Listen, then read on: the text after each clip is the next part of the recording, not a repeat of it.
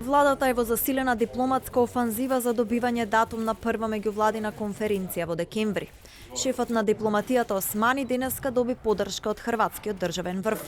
Премиерот Пленковиќ порача дека официјален Загреб ќе остане со интензивна поддршка на македонскиот пат кон ЕУ, а шефот на хрватската дипломатија Радман изјави дека официјален Загреб ќе помага и во реформскиот пат. А у идучем раздоблju Во следниот период ние ќе го поддржиме постигнувањето консензус помеѓу земјите членки на Европската унија за преговарачката рамка за Северна Македонија што поскоро да ја одржи првата меѓувладина конференција. Се надевам до крајот на оваа година за време на германското претседателство. После 15 години чекање и 15 години кандидатски статус сега треба да се операционализира преку првата меѓувладина конференција која очекуваме да се одржи оваа година во декември. Сепак се пореални стануваат и бугарските закани за вето кои се косат со вредностите на 21 век. Вице-премиерот Димитров денеска порача дека принципите на Унијата зависат од тоа како ЕУ ќе се постави кон правото на самоопределување на македонскиот народ. Како Европската унија ќе се постави кон ова прашање,